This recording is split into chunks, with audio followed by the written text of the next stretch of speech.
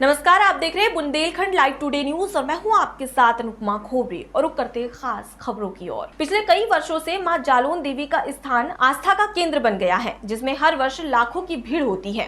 उमरी में मां जालौन देवी मंदिर द्वापर में महाभारत युद्ध समाप्त होने के बाद 5 पांडवों के शेष बचे थे। उस समय कलयुग का आगमन हो रहा था। इसी समय भगवान कृष्ण भी यदुवंशी के समेत परम धाम को चले गए। तब धर्मराज युधिष्ठिर ने सुना तो वे बहुत घबराए और अभिमन्यु के पुत्र परीक्षित को राज देकर हिमालय जाने की तैयारी कर ली।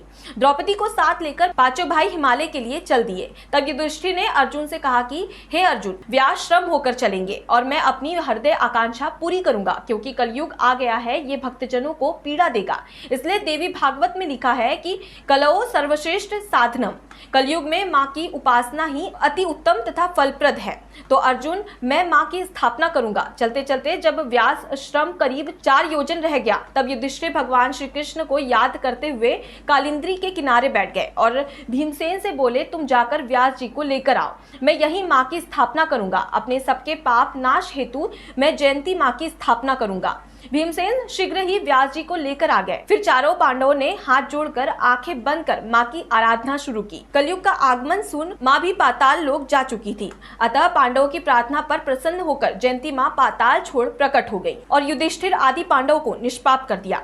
व्यास भगवान ने वहीं विधिवत माँ की स्थापना करवाई और अति प्रसन्नता से माँ की प्रार्थना की। माँ प्रसन्न होकर बोली, वर मांगो। तब व्यास जी ने कहा, माँ जो आपके स्थान पर आए उसके सभी मनोरथ पूर्ण हो, ये वर दीजिए। तब माँ ने कहा, तथास्तु। आज वही भव्य प्रतिमा श्री जयंती माँ जालौन वाली माता के नाम से विख्यात है। महाराज जी, क्या नाम है आपका? सर्वेश द्विवेदी। सर्वेश द्विवेदी।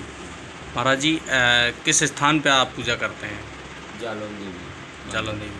महाराज जी, ये बुंदेलखंड में खास मंदिर है? सबसे विशेष मंदिर है। कितने दिनों से यहाँ पर भक्तगण आते हैं? के समय का मंदिर है। अच्छा, तो लगभग में कितने वर्ष हो गए होंगे? 500 वर्ष पुराना मंदिर है। पुराना मंदिर। तो लगभग में हजारों की भीड़ तो आती होगी नवरात्र।